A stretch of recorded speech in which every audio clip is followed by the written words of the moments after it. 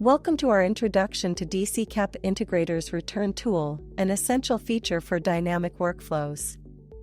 In this video, we will explore the return tool and how and where it is used. The purpose of the return tool is to send the data you specified back to the source, which is essential for workflows that need real-time responses. You can customize what data is sent and the status code that indicates whether the operation was successful or if there was an error.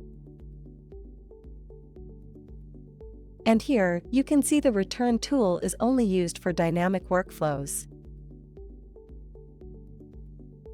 In this workflow, we are retrieving customer data by passing parameters such as the customer ID or email address.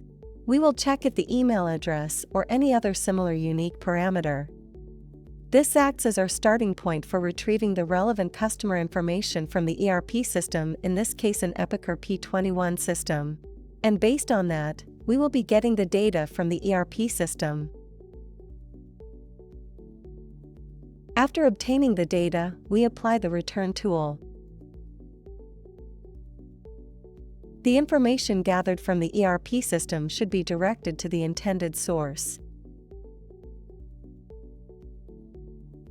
Here, you can see the response data as well as the status code. In the response data field, enter the response you want to return.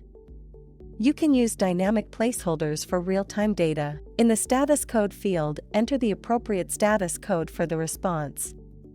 Common status codes include 200 for successful operations, 500 for internal server errors.